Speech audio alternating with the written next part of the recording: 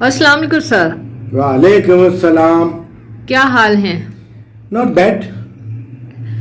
کیا بات ہے آج کل آپ بڑے ڈس اپوائنٹ ہیں، کوئی خاص بات؟ ارے ہر شاخ پہ الو بیٹھ گیا، انجام گلستاں کیا ہوگا، کیا ہوگا. دکھ تو ہوگا نا. ایک باشعور شخص ہوں، میرے اندر ایک دل دھڑکتا ہے، میری سوچنے کی صلاحیتیں ہیں.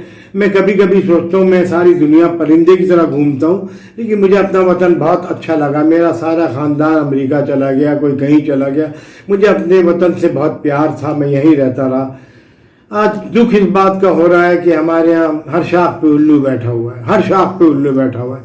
اب عمران خان صاحب الیکشن جیت کے آئے، سب کہہ رہے ہیں سلیکٹڈ، مذاق اڑا رہے ہیں. ابھی الیکشن ہوا ہی نہیں تو چھوڑیے، میں پھر وہ کہیں گی موضوع سے ہٹ گیا تو ان کے خلاف آ گیا. دنیا میں الیکشن لوگ جیتتے ہیں، دوسرا اسے مبارکباد دیتا ہارنے والا. یہاں تو جیتنے کے دوسرے دن سے ہنگامے شروع ہو جاتے ہیں. اور سلیکٹڈ، تو یہ بات تو صحیح ہے کہ عمران خان از اے سلیکٹڈ پرائم منسٹر. ہی از اے سلیکٹڈ پرائم منسٹر. اس کو سلیکٹ کس نے؟ سلیکٹ میں نے، آپ نے، سب نے کیا. ہم نے اس کو ووٹ دے کے سلیکٹ کیا ہے. اب یہ تو جو آپ دے دیا، اب جو سلیکٹڈ کہتا ہے وہ سن لے کہ وہ سلیکٹڈ ہے، لیکن سلیکٹ انہیں عوام نے کیا ہے. اچھا، اب آئے ڈس اپوائنٹڈ کی بات. دیکھیے، پاکستان کی تاریخ کے ایک بہادر ترین شخص جس کا نام ہے جنرل پرویز مشرف، جو آج کل بیمار ہیں، علیل ہیں، سکھ دیز ڈیز، تو علاج کرا رہے ہیں. آپ لوگ مذاق اڑا رہے ہیں، کمانڈوز اور بیمار پڑے ہیں، چلا نہیں جا رہا. یار وقت تو بڑھاپا سب پر آتا ہے یار، کس پہ نہیں آتا. ججوں کے باپ پہ آیا، جج مر گئے، ان کے بیٹے مر گئے، تو بڑھاپا سب پہ آتا ہے. اس کا مذاق مت اڑاؤ. آئیے پھر اشارہ آ گیا. ہاں، تو جن جج صاحب نے، میں تو جج کہنا اپنی بے عزتی توہین سمجھتا، مذاق ہو رہا ہے میرا، میں اپنی نظروں میں گر گیا ہوں، پھر خدا کی قسم اپنی نظروں میں گر رہا ہوں. میں تو کوئی حسن نثار تو ہوں نہیں کہ جس کی سپورٹ ہو. میرے گھر والے بھی کہتے ہیں بہت مت بولا کرو، اڑا دے گا تمہیں. خیر، حسن نثار صاحب ہوتے تو زیادہ اچھا بولتے، بہت اچھا بولتے، صحیح بولتے ہیں. ہاں، تو یہ جو ہے سیٹ نام ہے، سیٹ تو خیر میں ہوں، وہ کیا سیٹ ہوگا؟ وقار احمد سیٹھ. جی اچھا، وقار احمد سیٹھ. ہاں ہوگا، وقار سیٹھ جو بھی ہوگا، اپنے گھر کا ہوگا.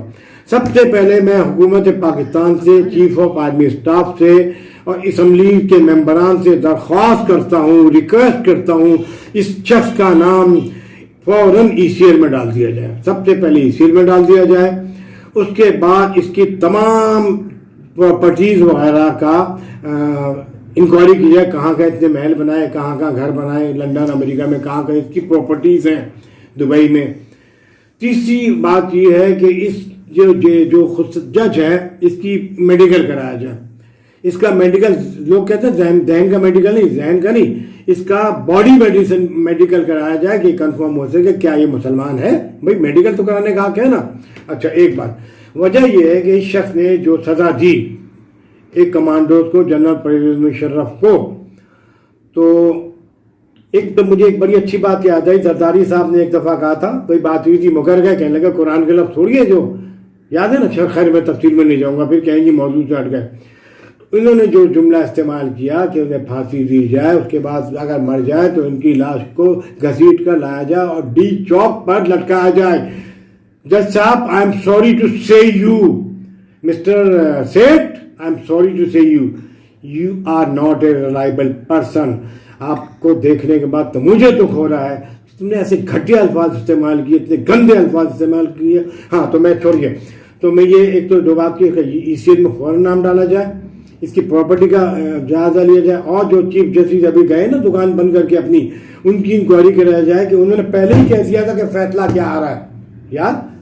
ٹھیک ہے. تیسری بات جو میں پہلی ویڈیو میں کہہ چکا ہوں، دوبارہ کہہ رہا ہوں کہ کسی بھی وکیل کو کبھی بھی جج نہ بنایا جائے، جج کے لیے الگ کرائٹیریا بنا دیا جائے.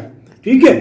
اچھا، آپ کے سامنے جب وہ زینب کے قاتل تھے، سب کو پتا تھا، جب اس کو کسی نے کہا کہ اس کو ڈی چوک پہ ٹانگا جائے یا لالو کھیت کے چوک پر ٹانگا جائے یا کہیں بھی ٹانگا جائے، تو فتویٰ آ گیا اسلام میں گنجائش نہیں ہے، لاش کی بے حرمت بھی نہیں. اس سیٹ نے، یہ خود ساختہ سیٹ نے جو کہا کہ ٹانگ دیا جائے، اس پر کوئی فتویٰ نہیں آیا. اٹھو علماؤ، اٹھو، میری قوم کو جگاؤ، فیصلہ دو کہ یہ واجب القتل ہے، فیصلہ دو یہ واجب القتل ہے. فوراً ہی اریسٹ کرو اس کو، اس کی انکوائری کرو. ارے یار،